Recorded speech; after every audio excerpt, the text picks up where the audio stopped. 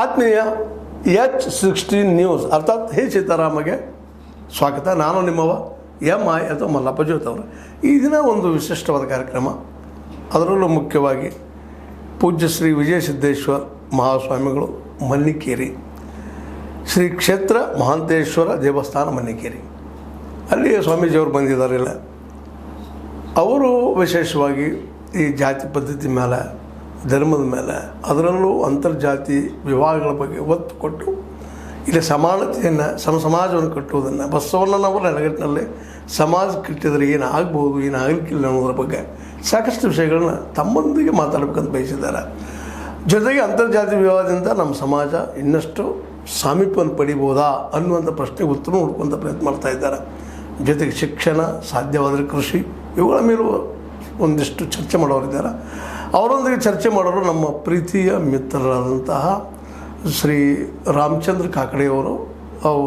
ಅವ್ರನ್ನ ಮಾತಾಡ್ತಾರೆ. ನೀವು ಕೇಳೋದಷ್ಟೇ ಅಲ್ಲ, ಜೀವನದಲ್ಲಿ ಅಳವಡಿಸಿಕೊಳ್ಳುವಂಥ ಪ್ರಯತ್ನವನ್ನು ಮಾಡ್ರಿ ಅಂತ ಹೇಳ್ತಾ, ಇದು ನಮ್ಮ ಹೇ ಸೀತಾರಾಮದ ಒಂದು ಚಿಕ್ಕ ನಿಮಗೆ ಕೊಡುತ್ತಿರುವಂಥ ಕೊಡುಗೆ ಅಂತೇಳಿ ನಾನು ಮಾತು ಮುಗಿಸ್ತಾ ಇದ್ದೀನಿ. ಈಗ ಕಾಕಡೆಯವರು ನಿಮ್ಮೊಂದಿಗೆ ಮಾತಾಡ್ತಾರೆ, ನಮ್ಮ ಸ್ವಾಮೀಜಿಯವರೊಂದಿಗೆ. ಎಲ್ಲರಿಗೂ ನಮಸ್ಕಾರ. ನಮ್ಮ ಪ್ರಿಯ ವೀಕ್ಷಕರಿಗೆ, ಇವತ್ತು ನಮ್ಮ ಜೊತೆಗೆ ಪೂಜ್ಯ ಶ್ರೀ ವಿಜಯಸಿದ್ದೇಶ್ವರ ಮಹಾಸ್ವಾಮಿಗಳು ಮನ್ನಿಕೇರಿ ಸಿ ಕ್ಷೇತ್ರ ಮಹಾಂತ ಲಿಂಗೇಶ್ವರ ದೇವಸ್ಥಾನ ಮನ್ನಿಕೇರಿ ಪೂಜ್ಯರು ನಮ್ಮ ಸ್ಟುಡಿಯೋಕ್ಕೆ ಬಂದಿದ್ದಾರೆ. ಅವರ ಜೊತೆಗೆ ಒಂದೆರಡು ವಿಷಯಗಳ ಕುರಿತಾಗಿ ಮಾತನಾಡಿ ಅವರ ಅಭಿಪ್ರಾಯವನ್ನು ತಿಳ್ಕೊಳ್ಳೋಣ. ಸ್ವಾಮೀಜಿಯವರೇ, ನಮ್ಮ ಸ್ಟುಡಿಯೋಕ್ಕೆ ಪ್ರಪ್ರಥಮವಾಗಿ ತಮಗೆ ಹಾರ್ದಿಕವಾಗಿರ್ತಕ್ಕಂಥ ಭಕ್ತಿಪೂರ್ವಕವಾಗಿರ್ತಕ್ಕಂಥ ಸ್ವಾಗತ ಮತ್ತು ನಮಸ್ಕಾರಗಳನ್ನು ಕೇಳ್ತಾ ಇದ್ದೀನಿ. ನಮಸ್ಕಾರ. ಈಗಿನ ಒಂದು ದಿನಮಾನಗಳಲ್ಲಿ ಮಠ ಮಂದಿರಗಳು ಸಾಕಷ್ಟು ಕಾರ್ಯಗಳನ್ನು ಹಿಂದಿನ ದಿನಗಳಲ್ಲಿ ಮಾಡ್ತಾ ಬಂದಿವೆ. ಆದರೂ ಕೂಡ ಇವತ್ತು ಮಠ ಮಂದಿರಗಳ ಕಡೆಗೆ ಜನ ನೋಡುವ ದೃಷ್ಟಿನೂ ಕೂಡ ಸ್ವಲ್ಪ ಬದಲಾವಣೆ ಆಗಿದೆ ಅಂತ ಅಂದ್ಕೊಳ್ತೀವಿ. ಆದರೂ ಕೂಡ ತಮ್ಮ ಒಂದು ಮಠದಲ್ಲಿ ಸಾಕಷ್ಟು ಶೈಕ್ಷಣಿಕವಾಗಿರ್ತಕ್ಕಂಥ, ಧಾರ್ಮಿಕವಾಗಿರ್ತಕ್ಕಂಥ, ಆಧ್ಯಾತ್ಮಿಕವಾಗಿರ್ತಕ್ಕಂಥ ಮತ್ತು ಕೆಲವೊಂದಷ್ಟು ಸಾಮಾಜಿಕವಾಗಿರ್ತಕ್ಕಂಥ ಕೆಲಸಗಳನ್ನು ಕೂಡ ಮಾಡ್ತಾ ಇದ್ದೀರಿ, ನಾವು ಕೇಳ್ಪಟ್ಟಿಕೊಂಡಿದ್ವಿ. ಎರಡು ವಿಷಯಗಳ ಬಗ್ಗೆ ತಮ್ಮಲ್ಲಿ ಕೇಳಲಿಕ್ಕೆ ಇಚ್ಛಪಟ್ಕೊಳ್ತೀನಿ. ಇವತ್ತು ನಿಜವಾಗಲೂ ಕೂಡ ಧರ್ಮ, ಇದರ ಪರಿಕಲ್ಪನೆ ಬೇರೆಯೇ ಆಗ್ತಾ ಇದೆ. ಪ್ರತಿಯೊಬ್ಬರು ಕೂಡ ಒಂದೊಂದು ಧರ್ಮದ ಬಗ್ಗೆ ಕಲ್ಪನೆಯನ್ನು ಕೊಡ್ತಾ ಇದ್ರಿ. ಆಗಲೇ ನಮ್ಮ ಹಿರಿಯರು ಹೇಳಿದಾಗೆ ಧರ್ಮವು ರಕ್ಷತಿ ರಕ್ಷಿತ ಅಂತ ಹೇಳಿದರು. ಹಾಗಾಗಿ ಧರ್ಮ ಅಂತಂದರೆ ನಿಜವಾಗಿ ಭಾಳಷ್ಟು ಮಂದಿಗೆ ಕನ್ಫ್ಯೂಷನಲ್ಲಿದ್ದಾರೆ. ಸೊ ಹಾಗಾಗಿ ಧರ್ಮ ಅಂದರೆ ತಮ್ಮ ಒಂದು ಪರಿಕಲ್ಪನೆ. ಒಟ್ಟಿನಲ್ಲಿ ಧರ್ಮ ಅಂದರೆ ಮನುಷ್ಯ ಒಳ್ಳೆಯ ಆಚಾರ ವಿಚಾರಗಳನ್ನು ಇಟ್ಕೊಂಡು ಪ್ರತಿ ಹಂತದಲ್ಲಿಯೂ ಯಾವುದೇ ಕಾರ್ಯಕ್ಷೇತ್ರದೊಳಗಾದ್ರೂ ಮಾನವೀಯ ಮೌಲ್ಯಗಳನ್ನು ಸಂರಕ್ಷಣೆ ಮಾಡ್ಕೊಂಡು ಹೋಗೋದಕ್ಕೆ ಅದಕ್ಕೆ ಧರ್ಮ ಅಂತಾರೆ. ನಮ್ಮ ಕೈಗಳನ್ನು ಒಳ್ಳೆಯದಕ್ಕೆ ಬಳಸೋದು ಧರ್ಮ ಅಂತ, ಕಣ್ಣುಗಳನ್ನು, ಅವಯವಗಳನ್ನು, ಪೂರ್ಣ ಶರೀರವನ್ನು ಇದನ್ನು ಒಳ್ಳೆಯದಕ್ಕೆ ಬೆಳೆಸೋದು ಧರ್ಮ ಅಂತಾರೆ, ಕೆಟ್ಟದಕ್ಕೆ ಬೆಳೆಸೋದು ಅಧರ್ಮ ಅಂತಾರೆ. ಆದರೆ ಇದಕ್ಕೆ ಇನ್ನೊಂದು ಧರ್ಮ ಅಂತ, ಸನಾತನ ಧರ್ಮ ಅಂತ ಅಂದ್ಕೊಂಡು ಬಂದರು. ನಮ್ಮ ಋಷಿಮುನಿಗಳೆಲ್ಲ, ಶರಣರು, ಸಂತರು, ಮಹಾತ್ಮರು ತಾವು ಅನನ್ಯವಾಗಿ ತಪಸ್ಸೆ ಮಾಡಿ ಯೋಗ ಧ್ಯಾನ ಮಾಡಿ ಅವರು ತಮ್ಮ ಅಂತರಂಗವನ್ನು ಶುಚಿ ಮಾಡಿಕೊಂಡು, ತಮ್ಮ ಮನಸ್ಸನ್ನು ಶುಚಿ ಮಾಡಿಕೊಂಡು, ಒಟ್ಟಿನಲ್ಲಿ ತಾವು ಹೇಗೆ ಬದುಕಿದರು ಹಾಗೆ ಬದುಕಲಿಕ್ಕೆ ಸಮಾಜಕ್ಕೆ ಏನೋ ಒಂದು ವಚನ ರೂಪದಲ್ಲಾಗಲಿ ಅಥವಾ ಅಭಂಗ ರೂಪದಲ್ಲಾಗಲಿ ಅಥವಾ ಸಾಹಿತ್ಯ ರೂಪದಲ್ಲಿ ಅವನು ಹೊರಗೆ ತೊಗೊಂಬಂದರು, ದಾಸರ ಪದಗಳಾಗಲಿ ಹೀಗೆ. ಆದರೆ ಧರ್ಮ ಅನ್ನೋದು ನಾವು ಈಗ ಹಿಂದೂ ಧರ್ಮ ಅನ್ಬೋದು, ಸನಾತನ ಧರ್ಮ ಅನ್ಬೋದು, ಅಥವಾ ಮತ್ತು ಅನೇಕ ಧರ್ಮಗಳನ್ನು ಹುಟ್ಕೊಂಡವು. ಆದರೆ ಈ ಎಲ್ಲ ಧರ್ಮಗಳ ಉದ್ದೇಶ ಒಂದೇ, ಅದು ಮನುಷ್ಯ ಒಳ್ಳೆಯ ನಿಟ್ಟಿನಲ್ಲಿ ಸಾಗಬೇಕು. ಒಳ್ಳೆಯದನ್ನು ಹೇಳಿದರೆ ಅದು ಧರ್ಮ, ಅದು ಒಳ್ಳೆಯದನ್ನು ಹೇಳದಿದ್ದರೆ ಅದು ಧರ್ಮ ಅಲ್ಲ, ಅದು ಅಧರ್ಮ ಅಂತ. ಹೀಗೆ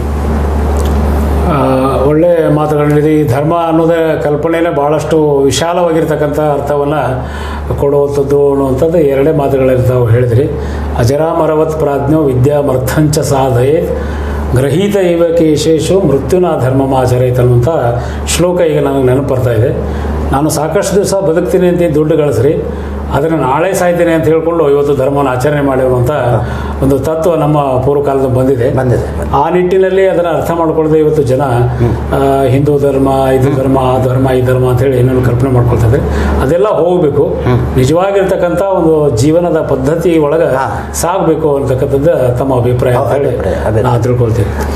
ಸ್ವಾಮೀಜಿಯವರು ಇದರ ಜೊತೆಗೆ ಈ ಧರ್ಮದ ಕಲ್ಪನೆಯಲ್ಲಿ ತಪ್ಪು ಅಭಿಪ್ರಾಯಗಳನ್ನ ಅನೇಕ ಇವತ್ತು ಸಮಾಜದಲ್ಲಿ ಸ್ವಾಸ್ಥ್ಯವನ್ನು ಕೆಡಿಸುವಂಥ ನಡೀತಾ ಇದೆ. ಅದರ ಜೊತೆಯಲ್ಲಿ ಈ ಜಾತಿ ಪದ್ಧತಿ ಇವತ್ತು ಭಾಳಷ್ಟು ತೀವ್ರವಾಗಿ ಅದು ಹರಡುತ್ತಾ ಇದೆ. ಅದರ ಕಲ್ಪನೆನೇ ಬೇರೆ. ಈ ಜಾತಿ ಅನ್ನೋದ್ರಿಂದ ಸಾಕಷ್ಟು ವೈಮನಸ್ಸುಗಳು, ಸಮಾಜದಲ್ಲಿ ವೈಮನಸ್ಸುಗಳು, ಬೇರೆ ಬೇರೆ ಧರ್ಮಗಳಲ್ಲಿ ವೈಮನಸ್ಸುಗಳು ಬರ್ತಾ ಇದೆ. ನಿಜಕ್ಕೂ ಇದು ಜಾತಿ ಅಂತಕ್ಕಂಥದ್ದು ಎಷ್ಟರ ಮಟ್ಟಿಗೆ ನಮ್ಮ ಭಾರತ ದೇಶಕ್ಕೆ ಸರಿ? ಒಂದು ಧರ್ಮಕ್ಕೂ ಮತ್ತು ಜಾತಿಯು ಇವತ್ತು ಹೋಲಿಕೆ ನಡೀತಾ ಇದೆ. ಅವು ಎರಡೂ ಒಂದೇನಾ ಅಥವಾ ಬೇರೆ ಬೇರೆನಾ?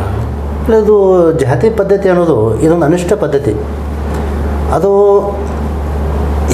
ಈಗಿನ ಸರ್ಕಾರ ಯಾರು ಹೆಚ್ಚು ಅಂಕಗಳನ್ನು ತೊಗೊಂಡವ್ರಿಗೆ ಹೆಚ್ಚಿನ ಸ್ಥಾನವನ್ನು, ಕೆಳಮಟ್ಟದ ಅಂಕಗಳನ್ನು ತೊಗೊಂಡವ್ರಿಗೆ ಕೆಳಮಟ್ಟದ ದರ್ಜೆಗಳನ್ನು ಹೇಗೆ ಗುರುತಿಸ್ತದೆ, ಹೀಗೆ ಹಿಂದಿನ ಕಾಲದಲ್ಲಿ ನಮ್ಮ ಸನಾತನ ಧರ್ಮದವರು ಅವರು ಯಾರು ಒಳ್ಳೆಯವರು ಇರ್ತಾರೆ, ಯಾರು ಹೆಚ್ಚು ಜ್ಞಾನವಂತರಿರ್ತಾರೆ, ಅವರಿಗೆ ಒಂದಿಷ್ಟು ಒಳ್ಳೆಯ ಸ್ಥಾನವನ್ನು ಕೊಟ್ಟಿದ್ರು.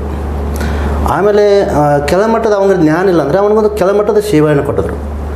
ಆದರೆ ಪ್ರತಿಯೊಬ್ಬ ಮನುಷ್ಯನಲ್ಲಿಯೂ ಎಲ್ಲ ಗುಣಗಳು, ಇದು ಚತುರ್ವಿಧ ಗುಣಗಳ ಮನುಷ್ಯನಲ್ಲಿ ಇರಬೇಕು.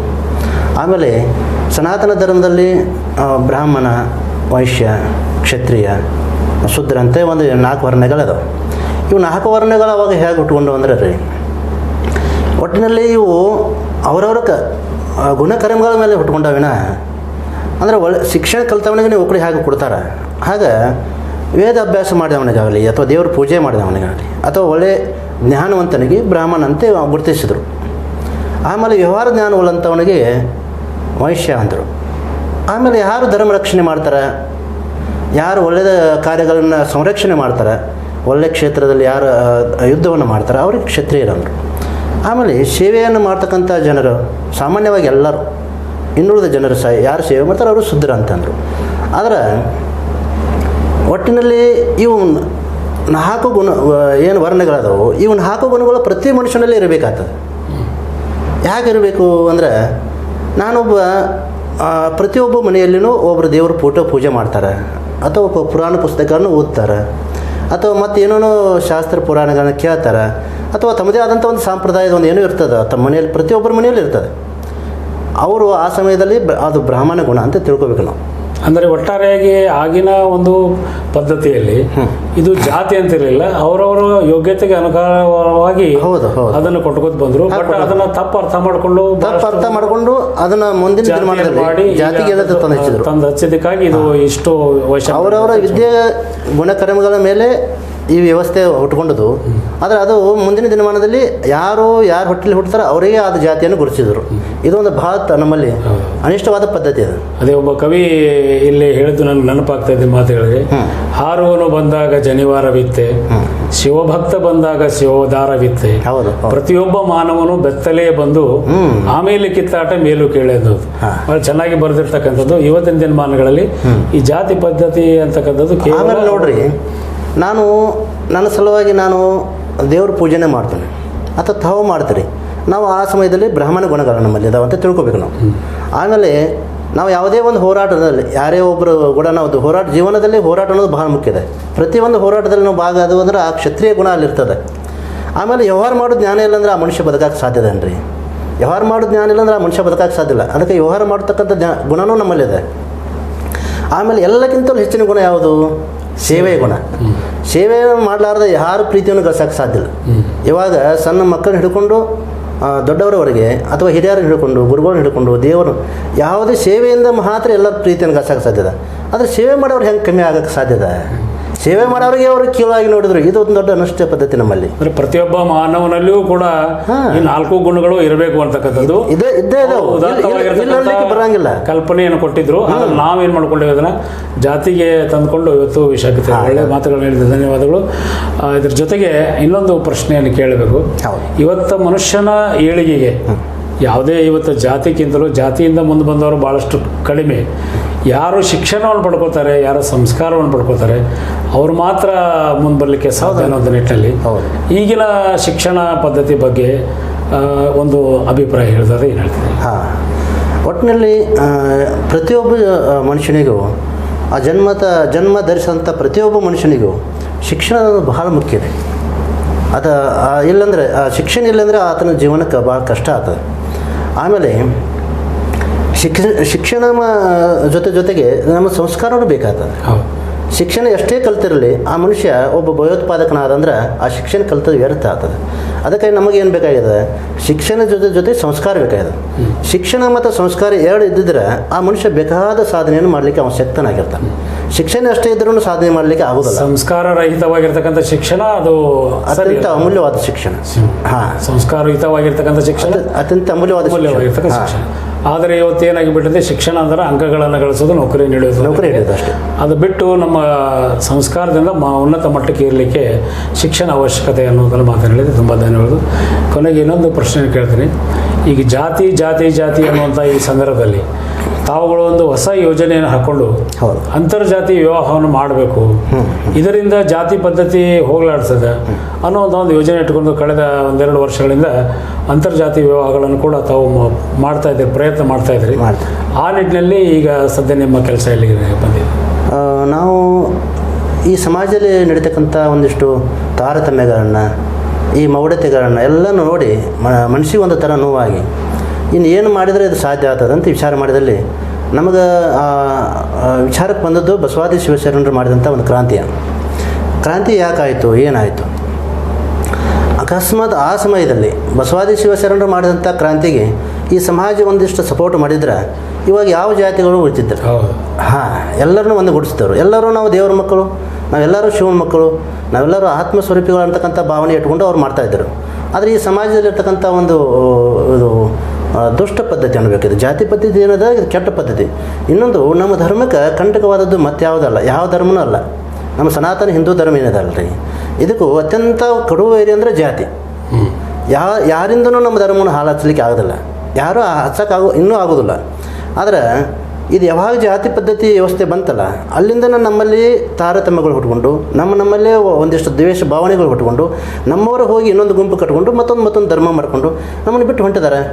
ಅದಕ್ಕಾಗಿ ಶಿವಶರಣರು ಮಾಡಿದಂಥ ಕ್ರಾಂತಿ ದೊಡ್ಡ ಕ್ರಾಂತಿ ಇತ್ತು. ಅದಕ್ಕೆ ಆ ಸಮಯದಲ್ಲಿ ಒಂದಿಷ್ಟು ತೊಂದರೆಗಳಾಯಿತು. ಅದರಿಂದ ಮುಂದೆ ಅವರಿಗೆ ಮಾಡಲಿಕ್ಕೆ ತೊಂದರೆ ಆಯಿತು. ಆದರೆ ಈಗಿನ ಸಮಯದಲ್ಲಿ ಬಾಬಾ ಅಂಬೇಡ್ಕರ್ ಸಾಹೇಬರು ನಮ್ಮ ಸಂವಿಧಾನ ಬರೆದರು. ಆಮೇಲೆ ಸರ್ಕಾರ ಒಂದಿಷ್ಟು ಅನೇಕ ರೂಲ್ಸ್ಗಳಂತಂದರು. ಈ ಸಮಾನತೆಗೆ ನಾವು ಹೋರಾಡಕತ್ತೀವಂತ ಆವಾಗ ಒಂದು ಅಂತರ್ಜಾತಿ ವಿವಾಹ ಮಾಡಿದ ಸಲುವಾಗಿ ಕ್ರಾಂತಿ ಆಗಿ ಹೋಯಿತು. ಆದರೆ ಈಗಿನ ಸಮಯದಲ್ಲಿ 100 ಅಂತರ್ಜಾತಿ ವಿವಾಹಗಳನ್ನ ನಾವು ಮಾಡಿಸ್ತಾ ಇದ್ದೇವೆ, ಸಾವಿರಾರು ಅಂತರ್ಜಾತಿಗಳು ದಿನ ಜರುಗ್ತಾ ಇದ್ದೇವೆ. ಆದರೆ ಇದು ಬಾಬಾ ಸಾಹೇಬ್ ಅಂಬೇಡ್ಕರ್ ಬರೆದಂಥ ಒಂದು ಸಂವಿಧಾನದ ಒಂದು ಸಪೋರ್ಟ್ ಆಗ್ತದೆ, ಶಕ್ತಿ ಅನ್ಬೇಕು ನಾವು. ಹಾಂ, ಇಲ್ಲಾಂದ್ರೆ ಇವು ಇನ್ನೂ ಹಂಗೆ ಜಾತಿ ಪದ್ಧತಿ ಹೊಡೆದಿದ್ರೆ ಇನ್ನೂ ಬಹಳ ತೊಂದರೆಗಳಾಗ್ತಿದ್ದು, ಸಮಾನತೆ ಅಂತ ತರಲಿಕ್ಕೆ ಆಗ್ತಿದ್ದಿಲ್ಲ. ಈಗ ಅಂತರ್ಜಾತಿ ವಿವಾಹದಲ್ಲಿ ತಾವು ಏನಾದರೂ ವಿವಾಹಗಳನ್ನು ಮಾಡಿಸಿದರೆ? ಹೌದು, ಮಾಡಿಸಿದ್ದೇವಲ್ಲ, ಅನೇಕ ವಿವಾಹಗಳನ್ನು ಮಾಡಿಸಿದ್ದಕ್ಕೆ ಸಮಾಜದ ಸ್ಪಂದನೆ ಆಗಿದೆ. ಸಮಾಜದ ಸ್ಪಂದನೆ ಸ್ವಲ್ಪ ಕಮ್ಮಿ ಇದೆ. ಇನ್ನೂ ಅದನ್ನು ಜಾತಿ ವ್ಯವಸ್ಥೆ ಮನದಲ್ಲಿ ಯಾರು ಶಿಕ್ಷಣದಲ್ಲಿ ಮುಂದುವರೆದಿದ್ದಾರೆ, ಯಾರು ಸಮಾಜ ವಿಚಾರಗಳನ್ನು ತಿಳ್ಕೊಂಡು ನಾವು ಇದು ಜಾತಿ ಪದ್ಧತಿ ಅನುಷ್ಠ ಅಂತ ಯಾರು ತಿಳ್ಕೊಂಡಾರ ಅವರು ಎಲ್ಲರೂ ಖುಷಿ ಪಡ್ತಾ ಇದ್ದಾರೆ. ಆದರೆ ಜಾತಿ ವ್ಯವಸ್ಥೆನೇ ಸರಿ ಅಂತ ಯಾರು ತಿಳ್ಕೊಂಡಾರೆ ಅವರೊಂದಿಷ್ಟು ವ್ಯತ್ಯಯ ಪಡ್ತಾರೆ. ಅದು ಸಾಮಾನ್ಯವಾಗಿ ಕಾಲಕ್ಕೆ ಇರ್ತದೆ. ಆದ್ರೂ ಈಗಿನ ಮಟ್ಟದಲ್ಲಿ ಬಹಳ ಜನ ಸಪೋರ್ಟ್ ಮಾಡ್ತಾ ಇದ್ದಾರೆ. ಈಗ ನಿಟ್ಟಿನಲ್ಲಿ ಒಂದು ಒಳ್ಳೆ ಕಾರ್ಯ ಮಾಡಬೇಕಾದ್ರೆ ಅನೇಕ ತೊಂದರೆಗಳನ್ನು ಅನುಭವಿಸಬೇಕಾಗ್ತದೆ. ತೊಂದರೆಗಳು ಇದಾವೆ. ಆದರೂ ಕೂಡ ತಮ್ಮ ಒಂದು ಯೋಚನೆ ಮತ್ತು ಯೋಜನೆ ಎರಡು ಭಾಳ ಅದ್ಭುತವಾಗಿರ್ತಕ್ಕಂಥದ್ದು. ಇದಕ್ಕೆ ಈ ಜಾತಿ ಪದ್ಧತಿ ಹೋಗಲಾಡಬೇಕಾದ್ರೆ ಅಂತರ್ಜಾತೀಯ ವಿವಾಹಗಳು ಆಗಬೇಕು. ಮತ್ತು ನಿಜವಾಗಿರ್ತಕ್ಕಂಥ ಅಂಬೇಡ್ಕರ್ ಅವರ ಒಂದು ಕನಸಿತ್ತು, ಆ ಕನಸು ನನಸಾಗಬೇಕಾದ್ರೆ ಅವರ ಒಂದು ತತ್ವಗಳ ಅಡಿಯಲ್ಲಿ ಬಸವಣ್ಣರ ಅವರ ತತ್ವಗಳ ಅಡಿಯಲ್ಲಿ ನಿಜವಾಗಿಯೂ ನಾವು ನಡ್ಕೊಂಡ್ರೆ ಯಾವುದೇ ರೀತಿಯಾಗಿರೋ ತೊಂದರೆ ಬರಲಿಕ್ಕೆ ಸಾಧ್ಯ ಇಲ್ಲ. ಈಗ ಕೆಲವೊಂದಷ್ಟು ಜನ ತಮ್ಮದೇ ಆಗಿರ್ತಕ್ಕಂಥ ಪ್ರತಿಷ್ಠೆಗೆ ವಿಶೇಷವಾಗಿ ಸ್ವಾಮೀಜಿಗಳಲ್ಲಿ ಕೂಡ ಪ್ರತಿಷ್ಠೆಗೆ ಒಳಗಾಗಿ ಧರ್ಮ ನಮ್ಮದೇ ಧರ್ಮ ಅಂತಕ್ಕಂಥದ್ದು ನಡೀತಾ ಇದೆ. ಅವೆಲ್ಲ ಹೋಗಬೇಕು ಅನ್ನೋ ತಮ್ಮ ಪ್ರತಿಷ್ಠೆ ಸಲುವಾಗಿ ಧರ್ಮವನ್ನು ಬಲಿ ಕೊಡ್ತಾ ಇದ್ದಾರೆ. ಈ ಥರ ಸಮಾಜದಲ್ಲಿ ಒಂದಿಷ್ಟು ಯಾವುದೇ ಕಲುಷಿತ ವಾತಾವರಣ ನಿರ್ಮಾಣ ಮಾಡ್ತಾ ಇದ್ದಾರೆ ಈ ಥರ. ಸರಿ ಸ್ವಾಮೀಜಿ, ಭಾಳಷ್ಟು ವಿಚಾರಗಳನ್ನು ನಮ್ಮ ಜೊತೆ ಹೇಳ್ತೀರಿ. ಇನ್ನೂ ಭಾಳಷ್ಟು ವಿಚಾರಗಳು ತಮ್ಮ ಜೊತೆಗೆ ಮಾತಾಡೋದಿತ್ತು, ಅದರ ಮುಂಬರುವ ದಿವಸಗಳಲ್ಲಿ ಮಾತಾಡೋಣ. ವಿಶೇಷವಾಗಿ ನಾನು ಕಂಡ ಹಾಗೆ ಸಂಸ್ಕೃತ ಸಂಭಾಷಣೆಯನ್ನು ಹಳ್ಳಿಯ ವಿದ್ಯಾರ್ಥಿಗಳಿಗೆ ಸಂಸ್ಕೃತ ಸಂಭಾಷಣೆ ಶಿಬಿರ ನಡೆಸಿ ಅವರು ನಿಮ್ಮ ಜೊತೆಗೆ ಇವತ್ತು ಸಂಸ್ಕೃತದಲ್ಲೇ ಮಾತಾಡ್ತಾ ಇದ್ದಾರೆ. ಸಂಸ್ಕೃತ ಭಾಷೆ ಅದು ಸಾಹಿತ್ಯ ಬೆಳಿಬೇಕು ಅಂತ ನಿಟ್ಟಿನಲ್ಲಿ, ಹಾಗೆಯೇ ಗೋವುಗಳನ್ನು ಸಾಕೋದ್ರ ಮೂಲಕವಾಗಿ ಗೋಮೂತ್ರದ ಮೂಲಕವಾಗಿ ಅನೇಕ ಆಯುರ್ವೇದಿಕ ಔಷಧಿಗಳನ್ನು ಕೂಡ ಇವತ್ತು ನೀವು ಮಾಡ್ತಾ ಇದ್ದಾರೆ.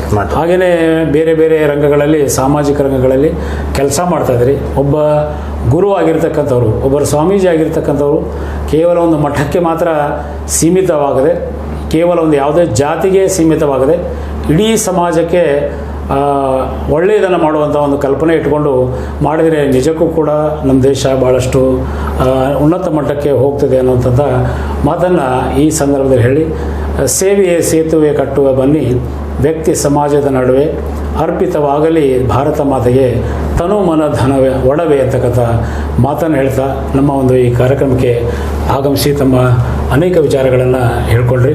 ಮುಂಬರುವ ದಿವಸಗಳಲ್ಲಿ ಕೂಡ ನಮ್ಮ ಪ್ರೇಕ್ಷಕರಿಗೆ ಇಂಥ ಅನೇಕ ಸ್ವಾಮೀಜಿಗಳ ಮತ್ತು ವಿಚಾರವಂತರ ವಿಚಾರಗಳನ್ನ ತಮಗೆ ನಾವು ತಿಳಿಸ್ತಾ ಇದ್ದೇವೆ.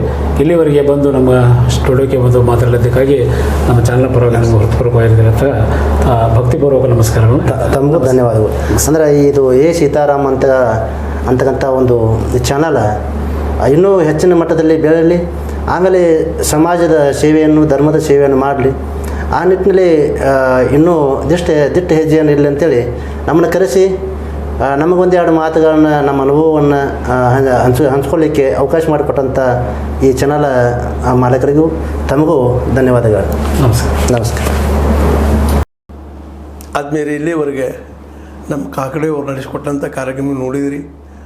ನಮ್ಮ ಸ್ವಾಮೀಜಿಯವರು ಪೂಜ್ಯ ಶ್ರೀ ವಿಜಯ ಸಿದ್ದೇಶ್ವರ ಮಹಾಸ್ವಾಮಿಗಳು ಮನ್ನಿಕೇರಿಯವರು ಅಥವಾ ಮನ್ನಿಕೇರಿ ಶ್ರೀಯವರು ತಮ್ಮ ಅಭಿಪ್ರಾಯಗಳನ್ನು ಭಾಳ ಚೆನ್ನಾಗಿ ಹೇಳಿದ್ದಾರೆ.